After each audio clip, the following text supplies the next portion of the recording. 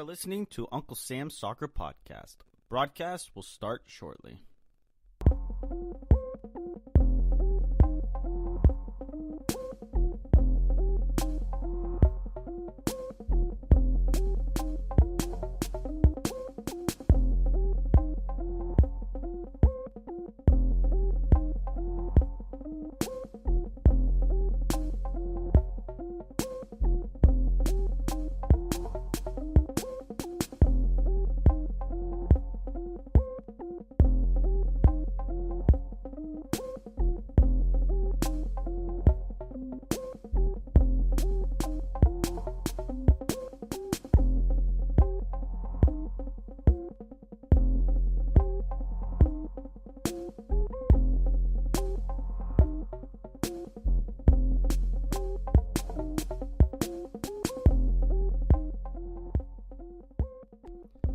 You are listening to Uncle Sam's Soccer Podcast. Broadcast will start shortly.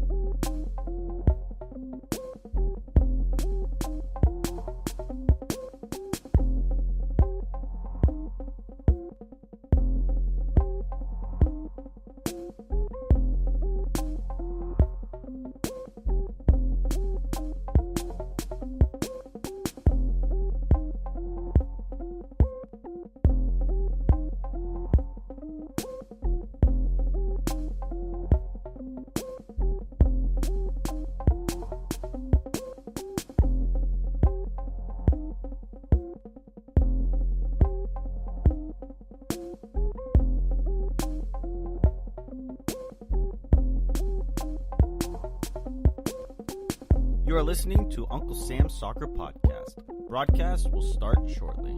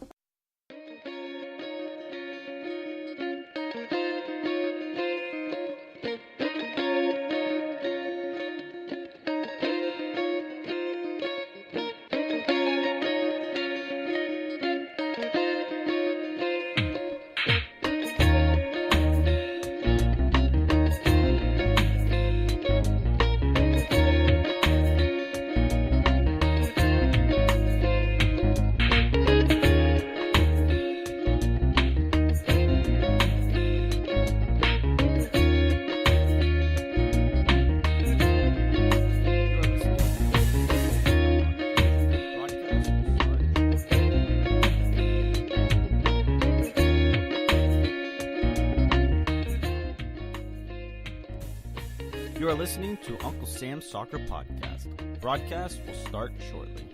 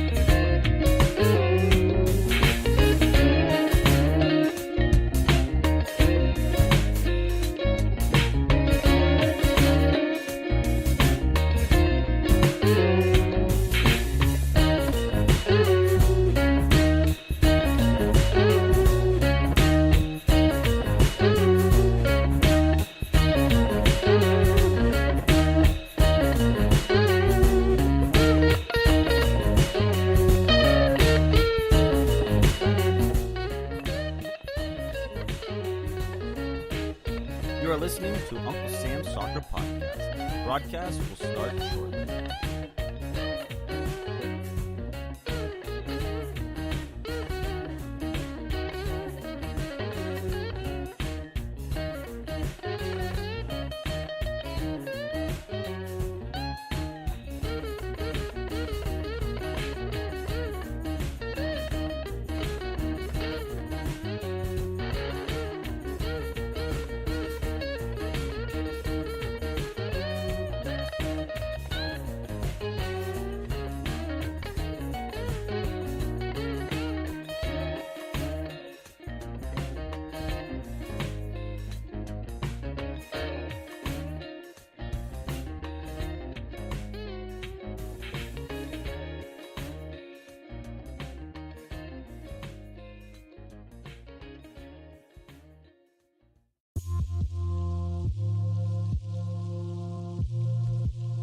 You are listening to Uncle Sam's Soccer Podcast.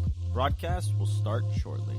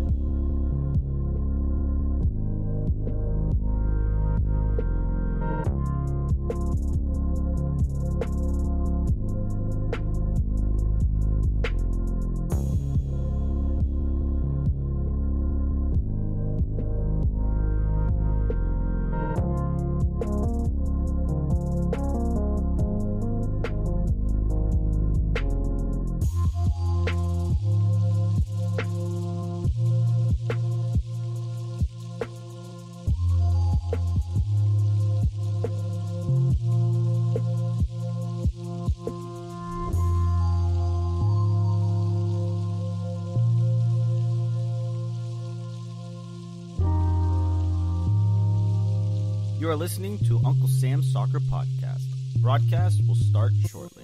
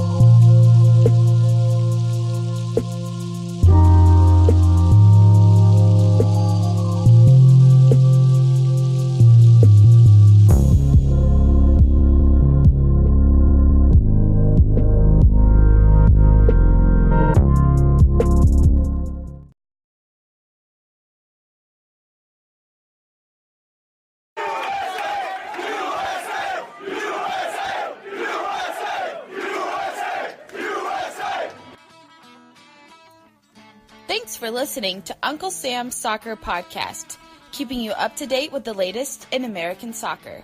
And don't forget to subscribe.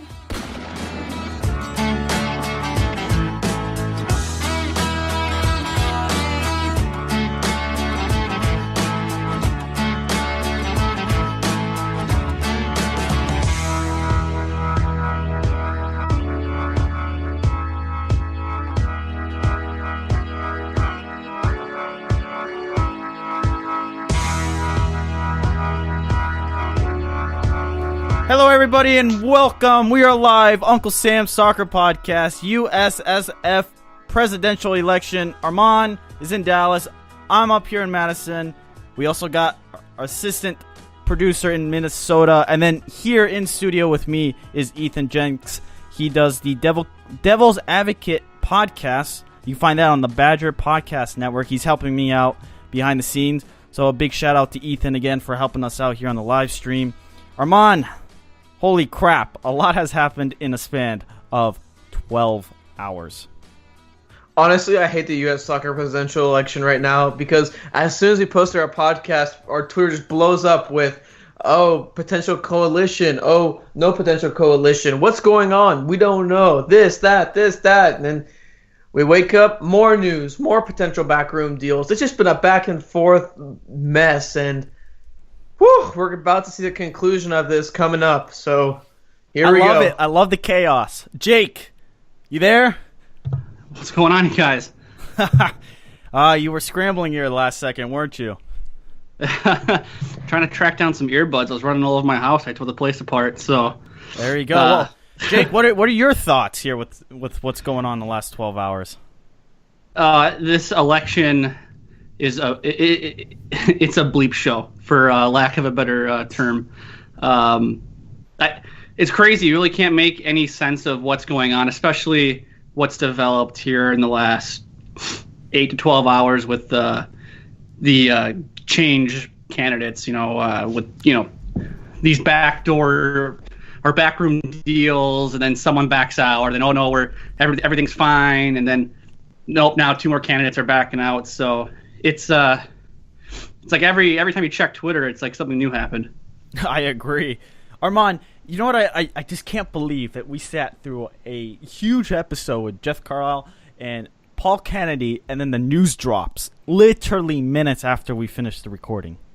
And the funny thing is, we were talking about it last night, me, you, and Jake, and the consensus seemed to be it was a whole lot of nothing, but it was still a big deal. Turns out it still looks like no deal has been reached yet, and then there's boiling points, and it seems like it's a power struggle for who wants to be president of U.S. soccer. I mean, I think that's where we're at right now. You think I'm right, Steven? Yeah, no, absolutely. But let's talk about the news last night and what it really means. You want to discuss in detail, Armand, the letter, the document that was tweeted out, and then what happened this morning?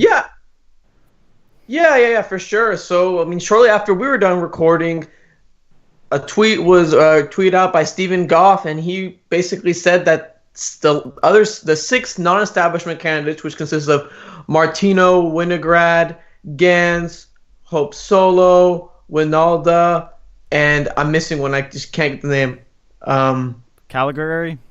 Yeah, Caligari had formed together to make a coalition. And they released the letter, and you read the letter, and it's not like any of them are combining. It's just saying a vote for one of us, a vote for anyone for change. And you're like, okay, this really doesn't amount to anything. Later this morning, we hear Paul Caligari never participated in the meeting. Mm-hmm. So looks like it's not a coalition of 6, it's 5. And then we hear some of the details from a Grant Wall piece that basically say that some of the candidates were pissed off that Gans had let in Goff take a picture of that. And basically it's just turned into a mess. I honestly did not think a deal would be reached, Stephen. I think the candidates' egos are just going to get in the way of each other. Talk about the breaking news that we or what our source said this afternoon with what happened in kind of the fallout. Yeah, so I mean, we did hear from a source that Michael Winograd and Steve Gans got into a disagreement about this potential coalition, and it kind of it kind of fell apart from there. I know you heard some news as well, Steven. What was it? I mean, you had Steve Gantz and Michael Winograd, what you just said, and then the athletic. What's the association now? It's dropping. Athletic Council. The Athletic Council is not in agreement. There is disagreement. They're actually probably meeting right now and talking about some sort of who are they going to support, and because they're split right now, which is really interesting because the first couple of rounds of voting could be chaos, and you could see, as we talked about last night, somebody dropping out. Jake, what are your thoughts? I mean, it's really interesting. Like your source alluded to earlier this afternoon, it definitely seems like there's this push towards pushing back against the establishment. In this case, Kathy Carter, Carlos Cordero, and the MLS. So it'll be interesting to see how the Athlete Council kind of shapes this election moving forward. It's going to decide the election. Right, and I don't know about you guys, but doesn't that seem a little ridiculous that like they're going to eventually, it sounds like historically they always vote as like a block, Mm-hmm. Isn't that, to me, it's a little weird that you have this conglomerate, I guess, for lack of a better term, of athletes, and they all basically, it's like a groupthink thing where they have to all vote for one candidate. They all just can't. Kind of like a jury. Yeah, it's like why can't each individual person in that council vote for who they want? Why it almost seems like it's taboo that they kind of go their own way. I'm beginning to wonder if there's a little. I don't want to go into the rabbit hole, but can one of the here's the other interesting point that I wanted to get to. Sources told me that Eric Winalda and Kyle Martino are not on the same page whatsoever. There is big disagreement, and everybody thought, why doesn't one support the other? And we're gonna have Paul Lapointe talk about this. He obviously has his support has thrown his support behind Eric Winalda. We're gonna get his take and wonder why that hasn't happened. But that's big, because if not one of them don't support the other, that's pretty much lost the election. You pretty much handed it to either Kathy Carter or Carlos Cordero. No, absolutely. I think you're right, and I think we're getting to this point to where the six quote unquote anti-establishment candidates are more and more more and more realizing that they might not have enough if they're all separate. I mean, when you have more candidates in the field, the votes are going to spread out. I mean, I honestly think they have to combine in order to prevent it from happening, or force it to a third runoff, which potentially can happen. Jake, you got the final word. Yeah, we talked about this last night. I mean, in my opinion, I feel like if any of these change candidates, if any one of them wants to have a shot, it's going to basically require the other five of them to drop out. Mm-hmm. In my opinion, I feel like Martino has the best shot. Just kind of reading the reports as they kind of progressed over the last couple days, I feel like Martino has the best shot of those six candidates. Mm-hmm. And I think that if Winalda were to drop out and throw his, basically endorse Martino, I feel like that would go a long way in getting some of these other candidates to kind of follow suit. Absolutely. Well, up next is Charles Boehm.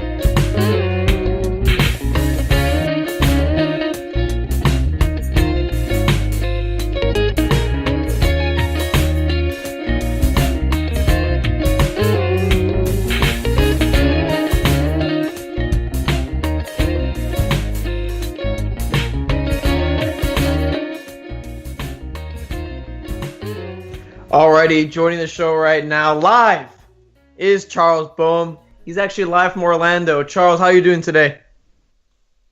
I'm doing good. Winding down after a long and eventful and interesting day under the dome here at the AGM Hotel. Now, Charles, what is the feeling like in Orlando the night before the election? Because, I mean, we were doing a show back and forth, and, I mean, I feel like it might be pretty hectic over there. Gotta be hectic. Yeah, it was a bustling kind of day. I mean, and things start bright and early. So the board of directors meeting cranked up at 8 a.m. sharp this morning, and the national council meeting where everything's going to go down tomorrow cranked up at 8 a.m. Bright and early. And it's a little quiet right now because the most of the delegates are on an off-site, like they're having like a social event. Forget if it's at Disney World or SeaWorld or whichever, but so it's quiet here at the moment. But then a few hundred soccer people are going to filter back in a little while. Then I know there's at least one candidate is hosting a late night kind of reception tonight, and then there may be other sort of less formal, gatherings, and I'm sure there'll be lots of schmoozing and chatting and gossiping. So we'll see how it plays out. But yeah, definitely eventful, interesting, and stuff happening both out in public and behind the scenes. So what the hell happened last night? I mean, seriously. I have a feeling you could ask half a dozen different people involved in the situation and maybe get 3 to 6 different answers on that. Yeah, I don't know. I thought I was a fool because I was staying up late here in the atrium working and talking to some people. As it turns out, I went to bed at, I think it was almost 3 o'clock in the morning, and it turns out there were people staying up even later than I was. So, yeah, look, I'm not going to try and put together any kind of authoritative timeline of what went down, but definitely we know this so-called gang of 6, the 6 candidates who consider themselves to be change-oriented, who have really more so formed in opposition to the 2 frontrunners right now, which are Carlos Cordero and Kathy Carter. The other 6 feel like none of them want to see either of those 2 candidates who they view as establishment candidates get elected. And so there was negotiations last night, and there were continued negotiations today for them to try and come together with some sort of unity platform or statement or strategy. Unfortunately, that unity business didn't turn out to be very united. As of now, there's been nothing formal. Nothing seems to have come of it. I was told that by one candidate one of those candidates that it was one other candidate that was holding the process back. The general perception is that it was Ronaldo, but I think it would be unfair to say that. I don't have authoritative reason to be sure that it was him. And honestly, there's some strong personalities here. There's retired players. There's television personalities. There's right. Type A go-getter winner types. So who knows what really went down? It's a chaotic election, and there's chaotic personalities involved. So who can say? Charles, in terms of the potential coalition's plan, I mean, I went through and read that letter, and it didn't seem like it just seemed like, oh yeah, if you vote for one of us, you're voting for change, and it didn't seem like anything that would sway the election as much. I mean, was there more to it, or was I reading that right? It just seemed like they were all like, yeah, let's support each other or something like that. Well, it's hard, right? If your only uniting characteristic is that you don't want to see someone else get elected, that's not. There's only so much you can really build there, and so I think that's the problem here. There's a lot of other things that they don't agree on. So again, these are personality issues as well. I think it's hard to campaign, spend a lot of time, effort, money, soul, put your whole being into this race, and then at the last moment decide to pull yourself out, right? I mean, that's nobody wants to give up center stage if they feel like they have a reasonable chance to win. Now, if it's a little disappointing, I guess. If you wanted one of those 6 people to win, it's kind of disappointing probably to look and see that few to none of them are ready to step aside to let someone else, go at it and lend your support to them. It's still possible that could happen because this election could possibly run over multiple ballots. And if that's the case, then there could be all sorts of horse trading that unfolds. So that there still could be alliances, and everybody's really paying close attention to the Athlete Council right now because they're the perceived kingmakers. They hold 20% of the vote, and they're the smallest group that has the most weight in terms of actual numbers of people you can influence. Mm-hmm. And they're in a similar situation, I think, where they met for 3.5 hours today. They walked out, said there's no consensus, so they're going to meet again tonight, an unscheduled meeting. And my question is, why do you need consensus? Well, consensus, to me, is an indirect way of saying they want to vote as a block, which they have done in the past, or at least some people in that room want to multiply the power of their votes by casting them all for one candidate. And if they did, they could quite likely decide who wins. But again, it's hard to get people to sublime themselves or sublimate themselves into a group decision that way. Why would one vote for one of the underdogs and not for one of the favorites?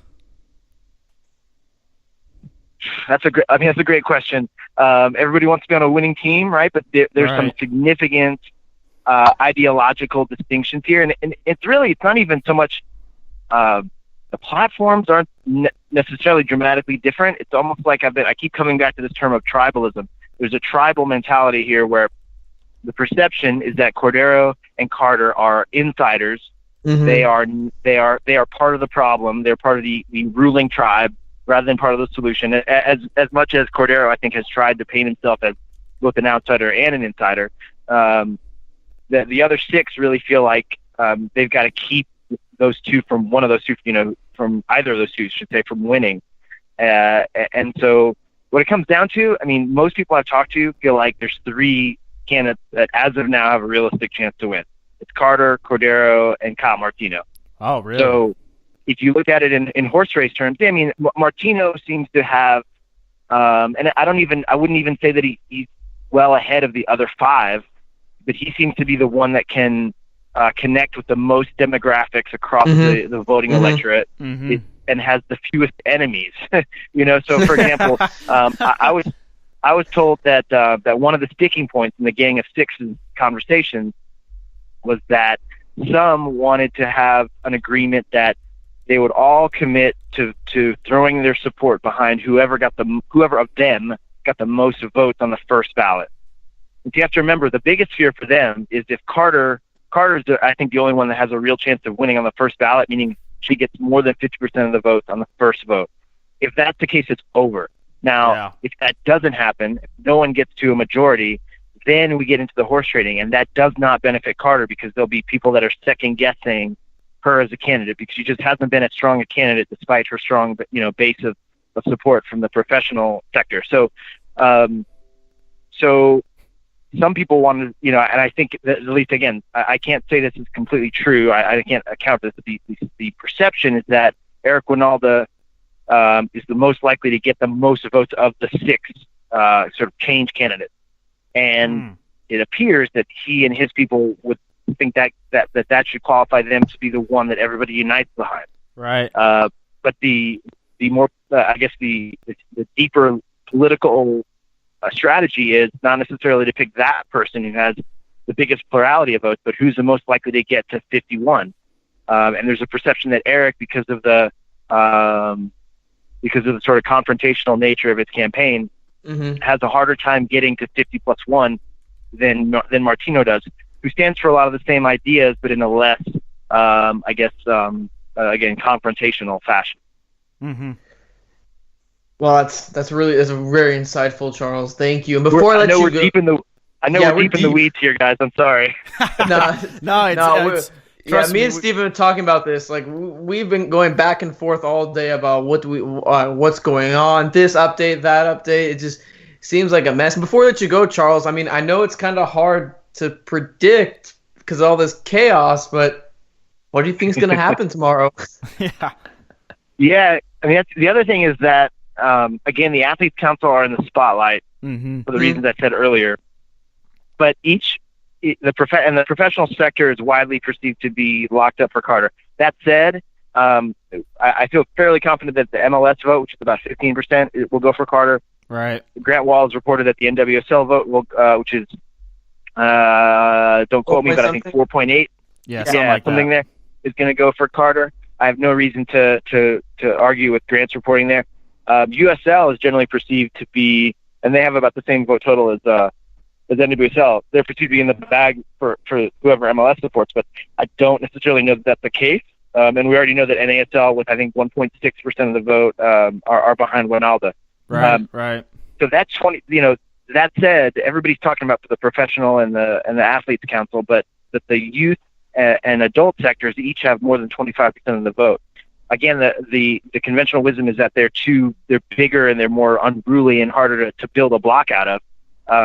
But if there is more, and I heard stories that I didn't attend the youth council meeting today. I sat in on a little bit of the adult council.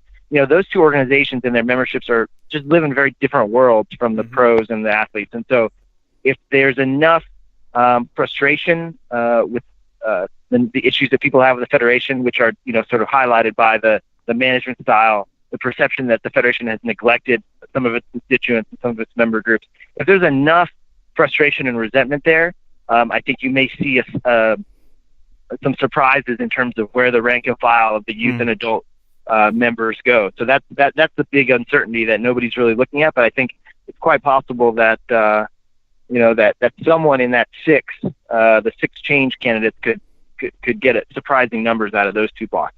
Oh, very interesting, Charles. We appreciate it. Now, tell the listeners where we can find your great content, your great updates, and all your great work for MLS Soccer 442. Let the listeners know. Yeah, and this week, most of what I'm doing is on Pro Soccer USA, an exciting new project. Alicia Delgado is involved in, and then I'm doing some work for SoccerWire.com as well. So check that out, and my Twitter handle is @DBOEHM, and that's the easiest place to catch stuff if people want to see what I've been working on. There we go. Well, thanks again, Charles, and get some rest tonight. Yeah, it's going to be wild. It's going to be a wild one tomorrow. Thanks for having me on, guys. Yeah, I think so. And nobody sleep in. It could go down as early as 10 a.m. Eastern. So. There you go. Nobody sleep in. You hear it from Charles. Take care, Charles. Thanks again. Good night, guys. Well, Armand. Woo! Crazy. I just can't believe this is going down tomorrow. It's crazy. But listeners, up next, we got Sebastian Salazar from ESPN. Yep.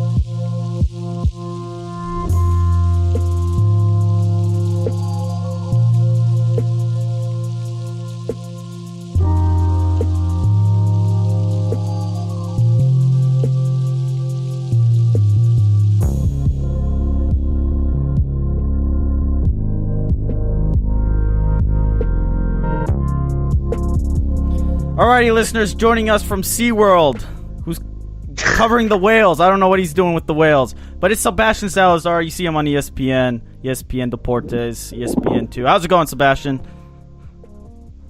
It's going great, guys. I am here just outside of SeaWorld in Orlando. And maybe before we get too far in this, I have to acknowledge something. You know, I was on, and this is a little bit of a humble brag, I guess, maybe. I was on SportsCenter this morning talking about the USSF Presidential Election. Like, did we ever think that would be a sentence that ever came out of anybody's mouth? Like, even 100 years from now? This is... Crazy. You know, we fight to get soccer on SportsCenter all the time. So to think that this is one of the things that kind of breaks through the noise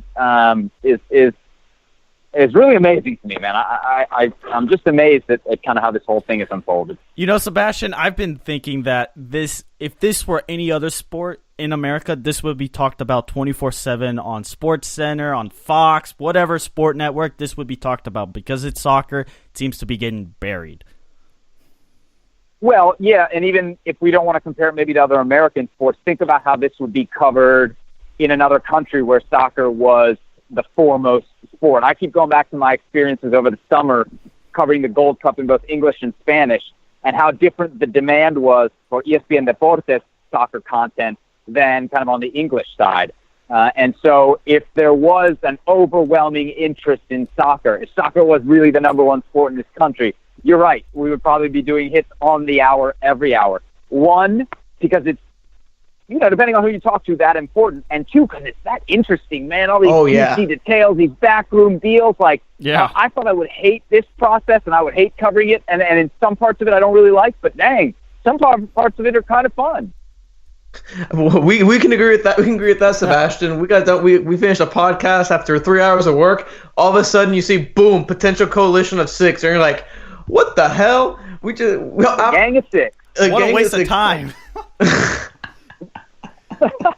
I mean, I'm telling you though, it speaks to how power is kind of consolidated in these elections. You know, it's the first contested election since the late 90s, which is not something we've really had in U.S. soccer before. And so for those of us that cover sports for a living, like, we're really kind of learning from the ground up here in a lot of ways, you know, of how parliamentary procedures are done and kind of learning the ins and outs, not just of how things get done, but also of how deals are struck and how power is consolidated when you have so many candidates in an election. Because I think, you know, the most important part of this is that there's 8 people, and that's a lot of static and a lot of noise to cut through. And I think that's, from the outside, been the most difficult part, because it's something I've said before. You know, one of the more frustrating things about this is that there's these 2 parallel elections going on. There's the election and the debates and the discussion that everybody's having on Twitter, and when the candidates have gone on their, you know, respective television appearances and interviews. You know, we've had a lot of them on ESPN FC. And then there's the actual conversations with voters. And I'll be honest with you guys, I'm walking around the hotel. The voters are not MLS fans. You know, they're not U.S. men's national team or U.S. women's national team fans, even, in a lot of ways. They're soccer, youth soccer, adult soccer lifers.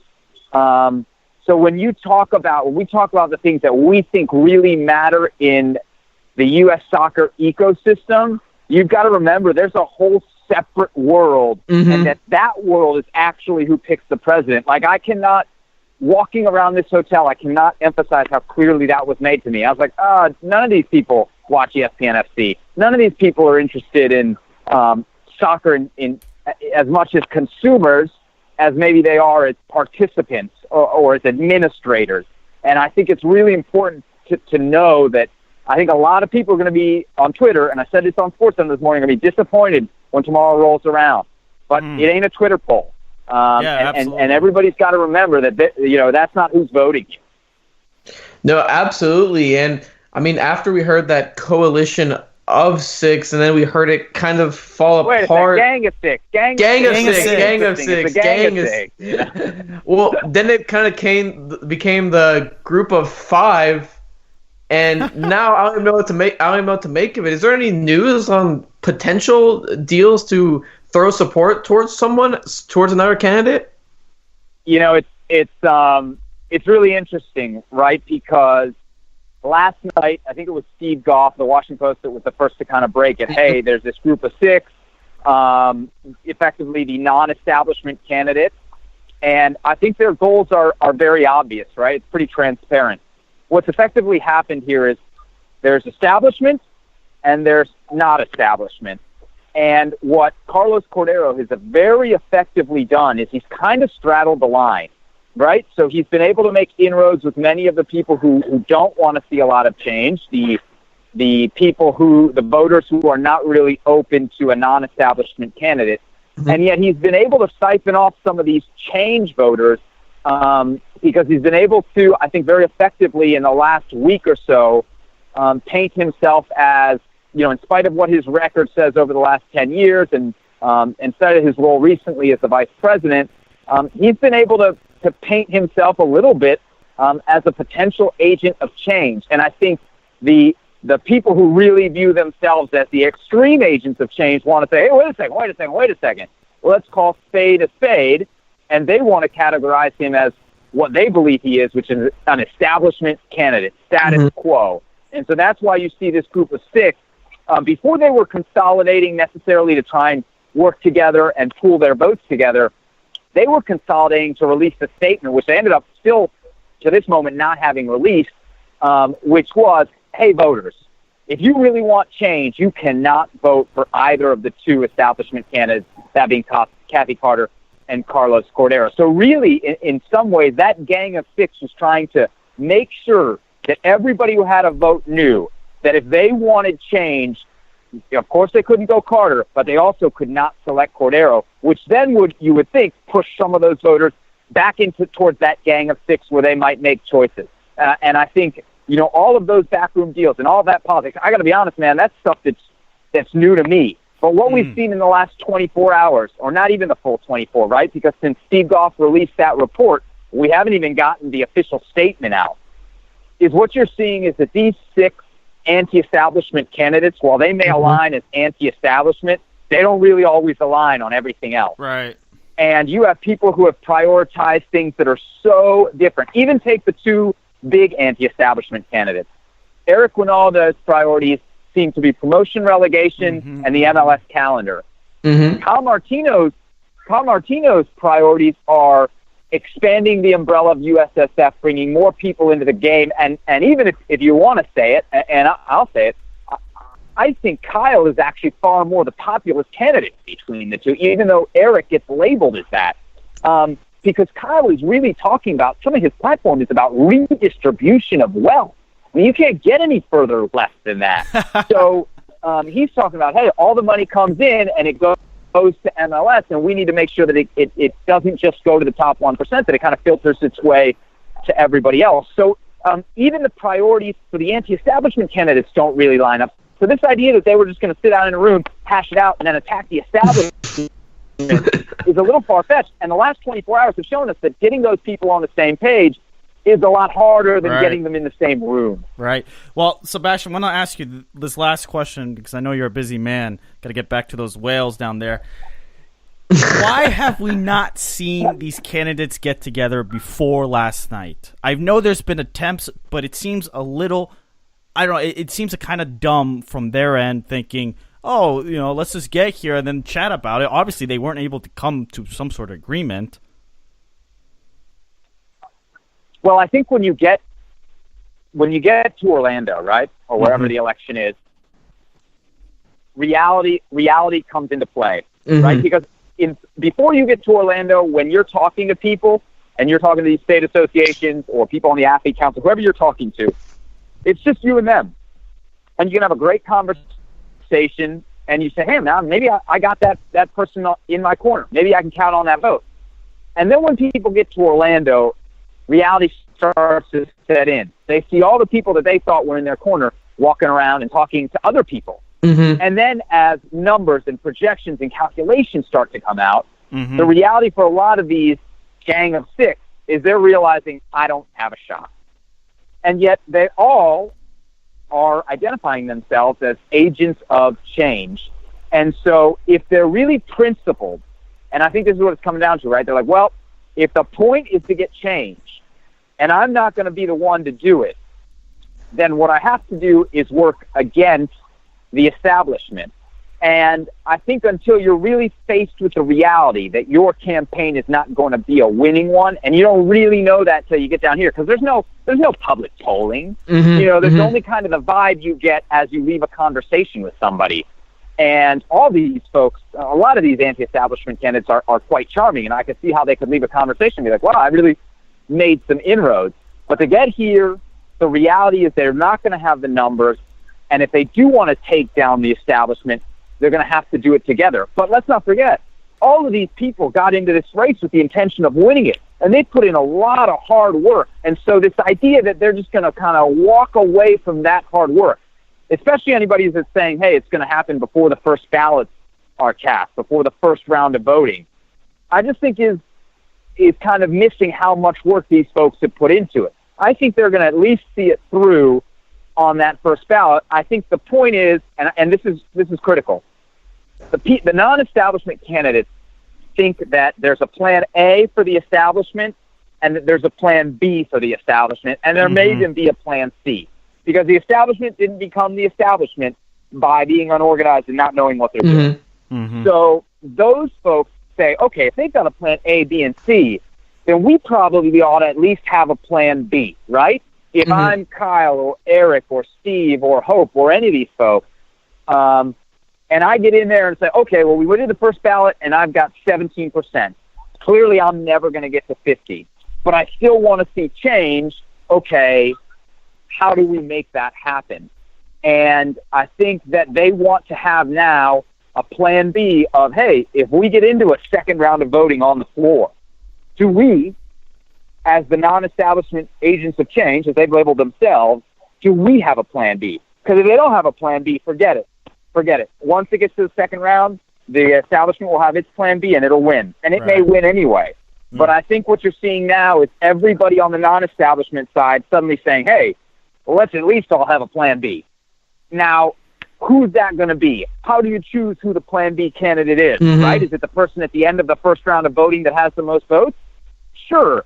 But if it's neck and neck, and you got some big egos and some people that have put a lot into this, thing, are we so sure that somebody's going to say, well, for the good of the movement, on principle, I'm going to give you all my 20%? That might be a lot to ship over to somebody off the first ballot. Somebody might want to stick around for a couple ballots, and in that process, the election may go to the establishment. So, it's a really fluid situation, because I think a lot of the people on the non-establishment side are scrambling right now to figure out how they can really get, how and if, even if they can get everybody together and get their votes up above that 50%. Well, Sebastian, I wanted to thank you, because that was absolutely fascinating. It's the truth of the situation. This election has been juicy and fun to cover, and also stressful at times. And before we want to let you go, first off, plug where we can find all your stuff and your Twitter and all that good stuff. And then secondly, what the hell do you think is going to happen tomorrow? What the hell do I think is going to happen? What the hell do I know?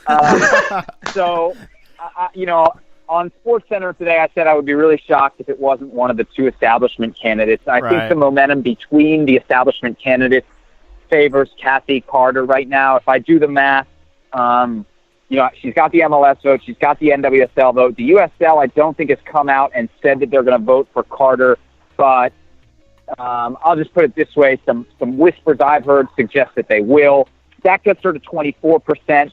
The Athlete Council, in my conversations with them, I have found that there seem to be, how do I put this, folks who are heavily leaning towards the establishment and probably won't be moved off that position. And there are some folks who I have said this before, I believe to be kind of fiercely independent thinkers. And they believe, some of them, I think, believe that the establishment has had its chance and there needs to be new leadership. So the idea that the Athlete Council, especially on the first ballot, will vote as a block doesn't really add up with what I'm hearing from different parts of the Athlete Council.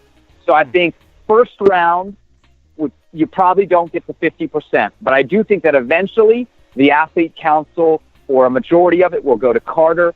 That will get her up above 40, maybe as high as 44%. And then I think she's got the requisite 6 or 7% beyond that from the state associations, the miscellaneous, the youth council, the adult council, to get over to 51. So I think Kathy Carter, at some point tomorrow, probably not first ballot, will be the next president of U.S. Soccer. There you go. Thanks again, Sorry, Sebastian. Sorry, Twitter.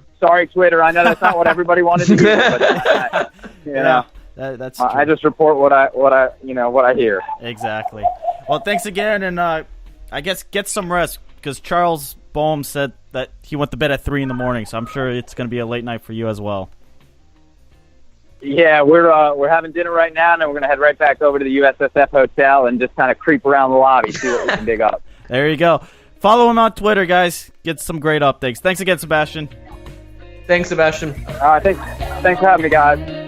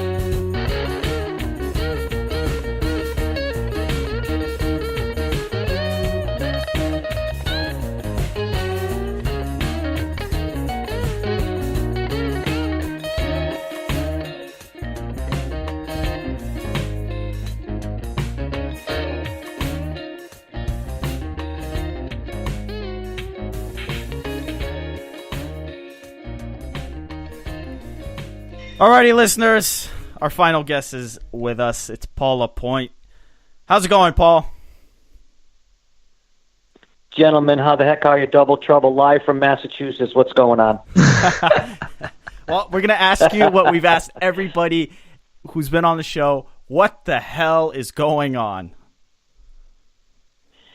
Well, I mean, you said the magic word, hell.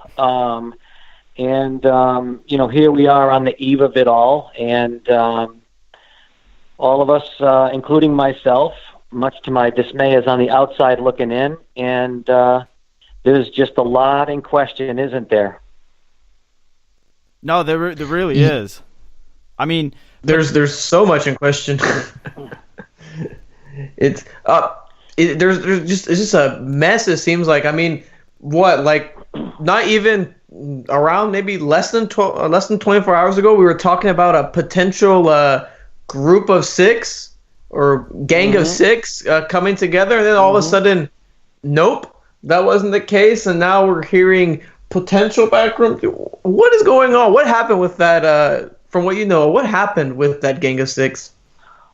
Well, from the way I see it, I've been very public about my support, right, even when I was running for the candidacy with Winalda, and we lined up on the same visions and scope of it all. And, here we are. I mean, there was an attempt, obviously, on the SEAL Team 6 to go ahead and get together, but once again, when you go back to the statements that I make about the blind ace of spades will be revealed, I mean, you get those 6 together, and the ones that have been preaching kind of the same vision and platforms all this time that we thought maybe were in line with each other probably are not. And from what I gather, There was a couple that probably were not in line and disregarded those conversations, and the group splits, and here we are again at this point. So, my advice to Ronaldo was stay the course,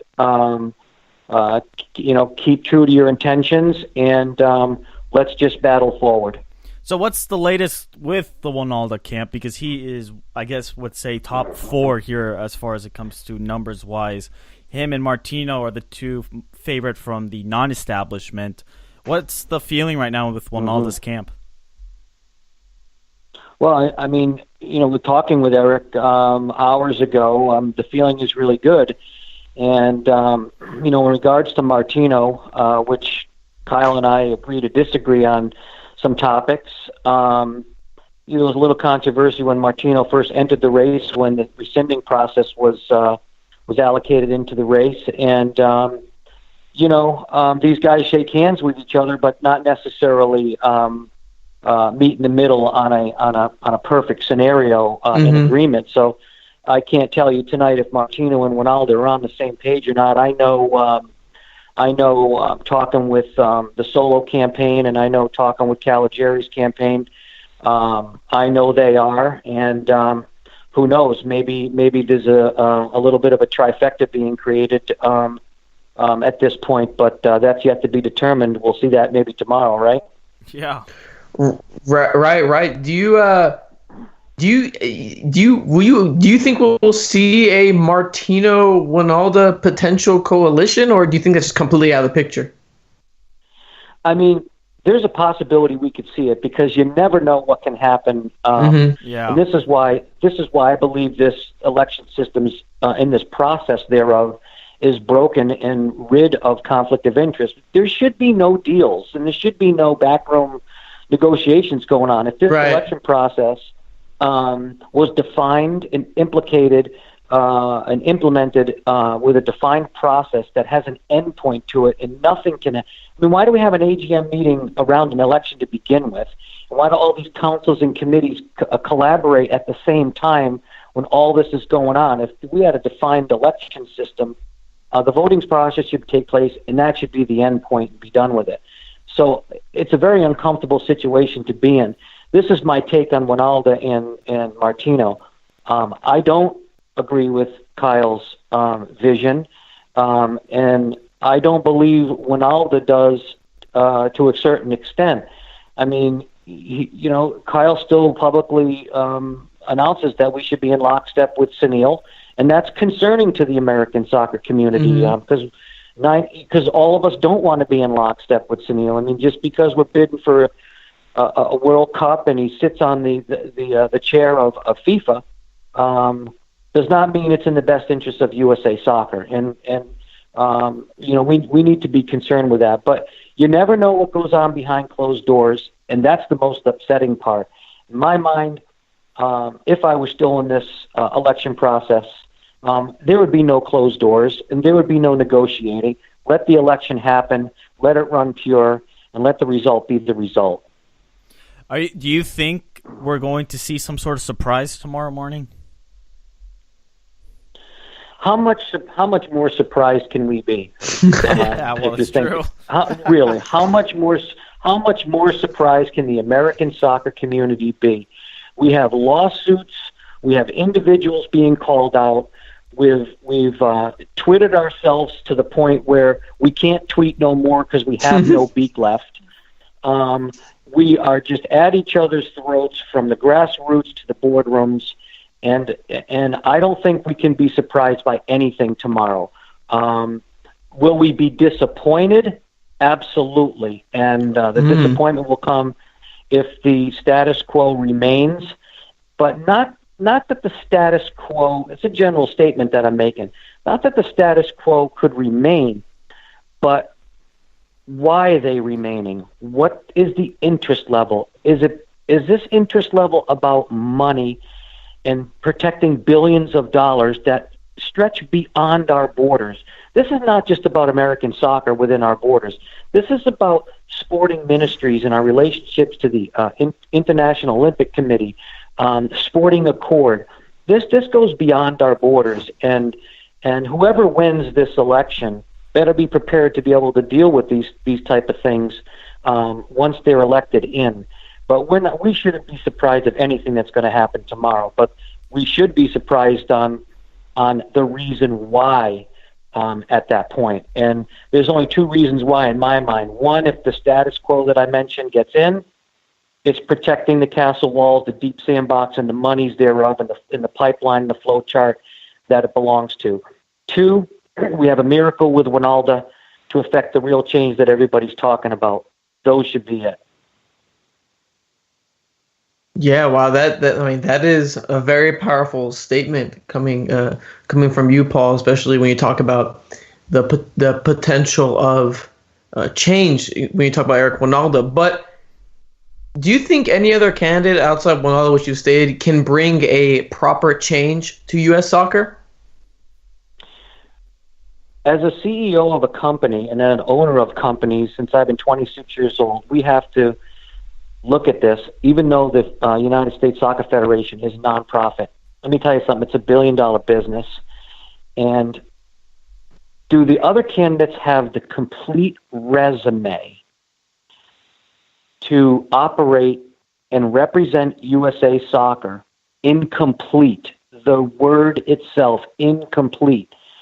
I've known Eric Ronaldo for over 18 years.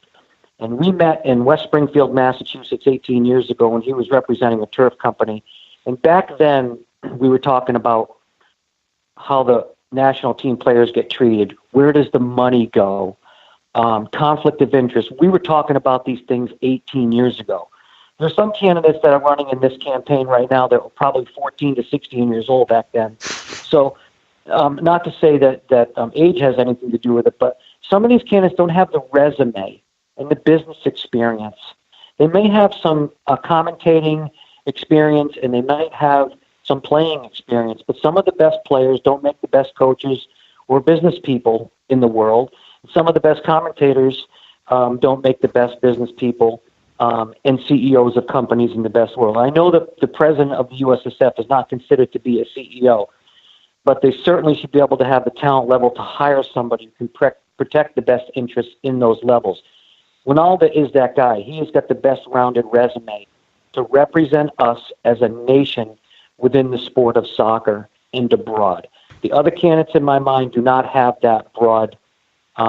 They might have slices of it, law degree, PhD in economics.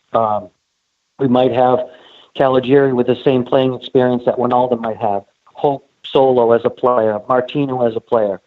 And then you've got, I think I was the only candidate that probably owns their own business for such a long time that can understand the value of protecting a profit and loss statement, tearing one down, and know what it's like to tear one down. So you can deal with CEOs and board members and things like that within a corporation. When I left the campaign, I think Ronaldo has the complete resume to back it up. The other candidates in my mind do not.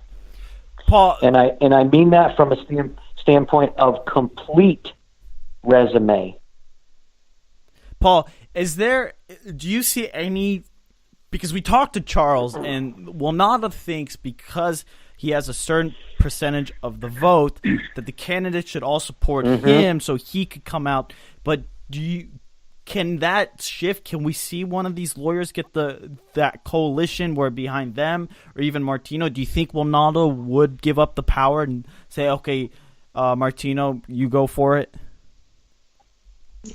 I think the only candidate that can rally around candidates, first of all, a candidate has to have it in his or her heart to concede for the best interest of the American soccer community. That has to take place first, and that'll prove the true intentions of why you're in this race to begin with.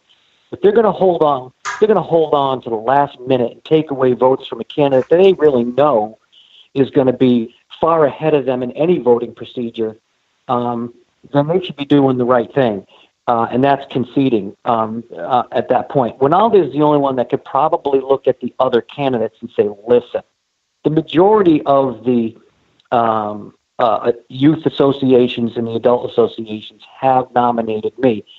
So that's a fact, number one. Number two, out of the 114 delegates, number one, I think 43 of them only nominated all the candidates divided by 8 and 9 at the time, and 24 of those Galati had. So only 23 to 24 split 8 candidates.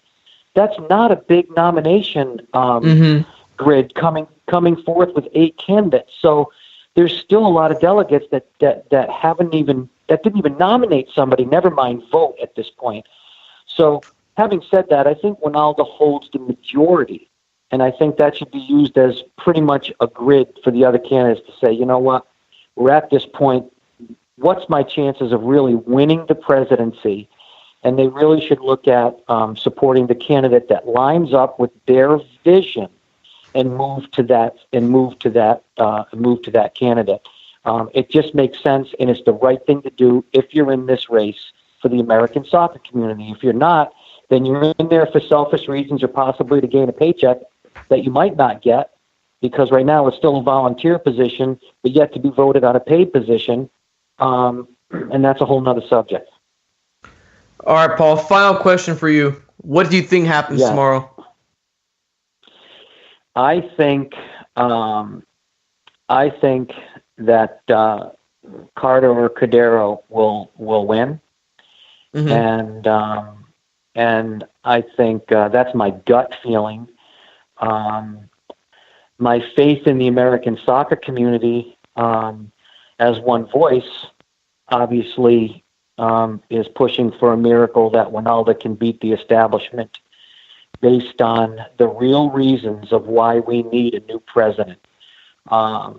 My feeling is Carter is status quo. Cardero's a right-hand man. And they're in this to protect the castle walls and the deep sandbox that you and I will probably never have the opportunity to enter into or play in within the sport of soccer in this country, because it's all based on money. And that's what got us in this mess to begin with the previous president. The concentration on money has been far higher than the development of the true sport that we all love.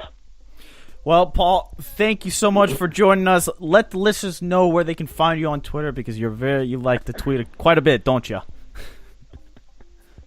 Yeah, you know what?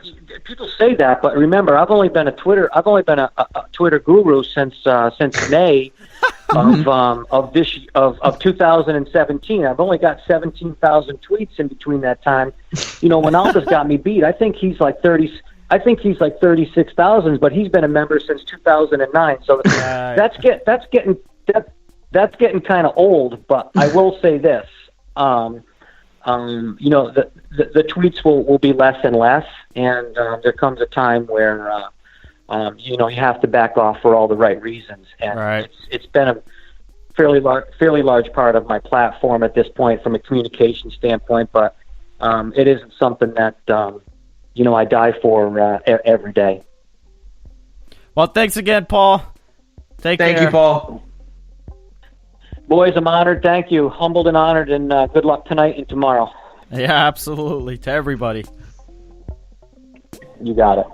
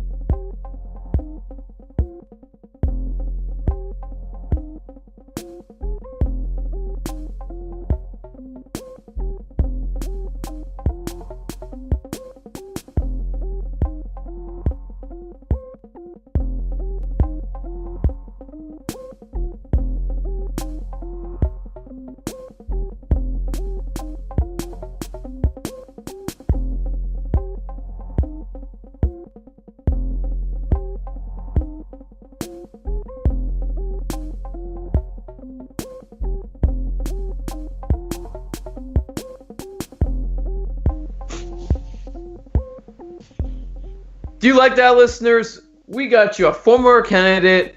We got you a guy from ESPN FC, and we got one of the best reporters in the game to all come and give you a little preview before tomorrow's historic election. We got one who got no sleep, the other one who's whale watching, and the last one who is all over Twitter. So, yeah. I'm just plenty of good stuff all around. But I'm gonna cut the BS. Let's jump right into it, fellas. Start with you, Jake. Oh yeah, Jake's back on the line, by the way. Yeah, Jake's back on the line. Hey. How about that? But we decided to cut him out for half the show. But let's cut the BS, fellas. What do you make of what we just heard within those 3 interviews? Start, Jake.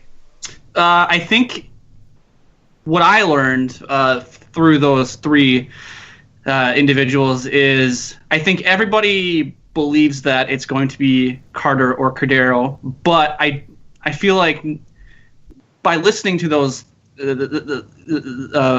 Salazar, Charles, and Paul there, it doesn't really seem like anyone really knows what's going on though right now, does it? Doesn't it just feel like they're kind of like everything's clear as mud, but they all kind of, and I don't know if this is because no one knows what's going on, but they all kind of come to that general consensus of, well, it's going to be Carter or Cordero. There's even I was actually shocked to even hear Paul Lapointe actually say it'll be. I was shocked Carter too. or Cordero. I thought I was. I'm not. Sorry, guys. I think Paul's not that naive. I think he gets it. I think Paul's a real guy. It's not one of those, wave the flag and completely have their heads buried in the sand and absolutely have no idea what's going, on outside of their little box, or in the case of sandbox, exactly. But to Sebastian, to Charles, to Paul, these guys, I just want to say a huge shout out to them. Follow them on Twitter, read their stuff, watch their stuff. Great guys, very knowledgeable. We really appreciate it. But Jake, you make I think. For some reason, there's still one more shoe to drop. This cannot be it. There has to be. I agree, Steven. I agree 100%. There's one more domino waiting to fall, and we're going to see it tomorrow morning. And I mean, I'm not sure, but I do think, and this is from what we just heard from Paul, I think there's going to, and other sources, I think there's going to be some sort of alliance or coalition, but not with all 6 of the anti-establishment. I think Ronaldo won't agree to one, but I think a couple of the others will team up with Martino and push. I don't think that. I don't get that feeling. I think the Ronaldo camp, I think what's with Charles, who said that, now I'm mixing up who said it, but the Ronaldo camp, they think they have the advantage. From my sources, Martino and Ronaldo having a little bit of some sort of bicker between each other. There's some distaste. I think the communication doors. Two guys with egos, man. I mean, what are you gonna expect? No, but and don't. Go ahead. I mean, to kind of build off of this whole alliance thing, I know everyone. I think like you said, Stephen. I believe Charles said that Ronaldo feels like he's kind of the leading vote getter amongst the Gang of Six or whatever name we're calling them now. And even if that's true, I don't foresee someone like Hope Solo saying, okay, after, I feel like him and Solo kind of went at it there a little bit during this whole process. I just don't see how someone like her backs him. And I don't really know too much on how, the lawyers, Winograd and Gans feel towards Ronaldo. To me, it just feels like if any of these change candidates want to have any change on, the U.S. soccer going forward, they have to back Martino. And I'm not saying this isn't my endorsement of Martino, but I believe it was Salazar who said he kind of appeals to most audiences.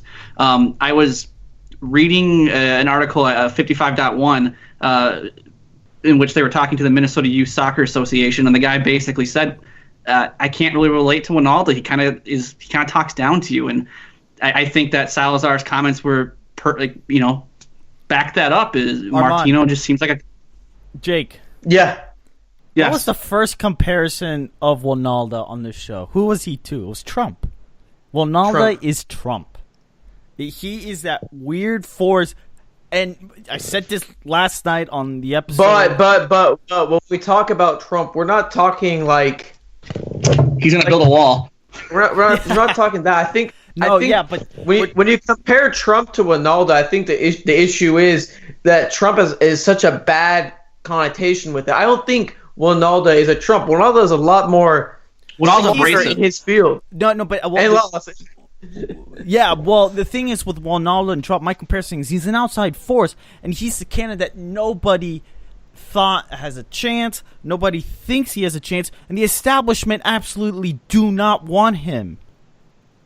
That's what I'm getting at with the Trump comparison. That's a fair comparison. Yes. Just so our listeners, we're not like comparing him. No. We're not comparing with yeah. any of his political choices. I'm just comparing it when it comes to politics. What was Trump in 2016? He was the anti-establishment. And I think we've seen enough of the establishment where across society at all aspects, the anti-establishment has seen a huge rise and in some cases has won. Now, the thing is, this Martino Ronaldo, they need to put their hands... both of them need to just clean off their hands and start chatting, because if they really want to provide the change of U.S. soccer, this is their opportunity. If not, this is another 4 years of what we just had for the last 12.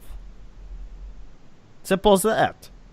I mean, yeah, you put it in the right words, Steven, especially when you mentioned that. I mean, I still do think the candidate that is going to come up out of the anti-establishment, quote-unquote, would be Martino, for the reasons like Sebastian said. I think he is a much more likable guy, and I think Ronaldo's kind of burned some bridges in the process, and it's kind of an issue. I mean, we do see Martino Ronaldo align on things, but if you remember when we talked to Jeff and Paul, there are certain things that don't matter that they align on, if that makes any sense. You see the whole promotion and relegation stuff. Does that actually matter to the voters?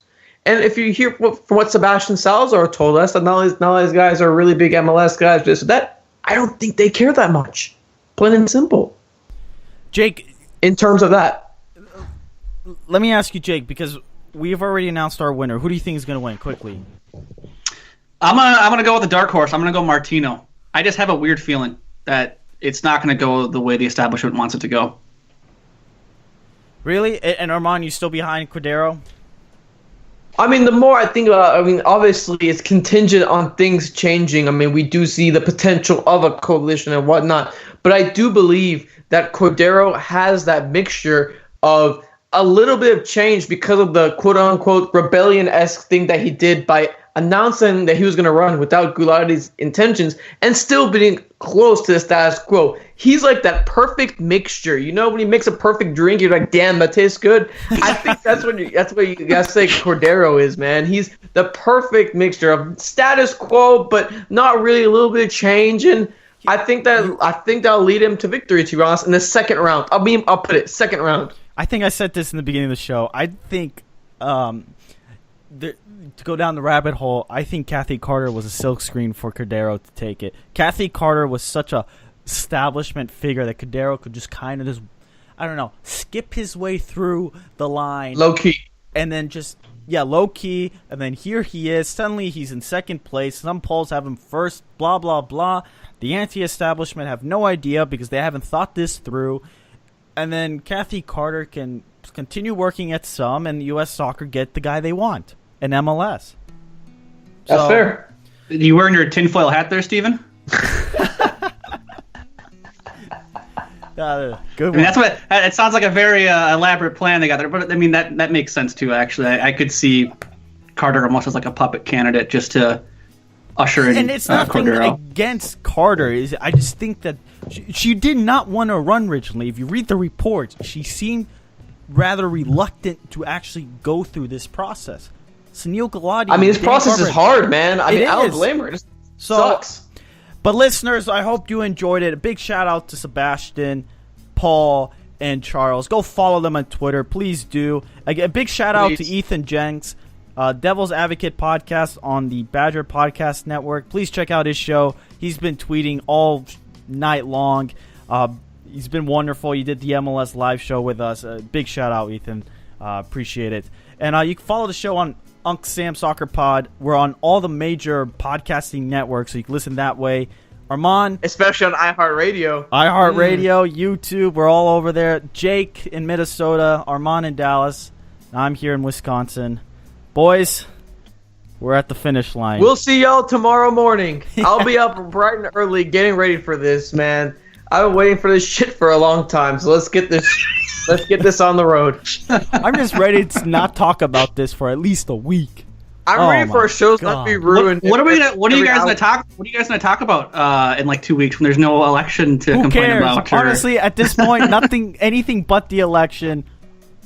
Hopefully nothing major news breaks after we end this show. Anyway, listeners, take care. Please, God, please.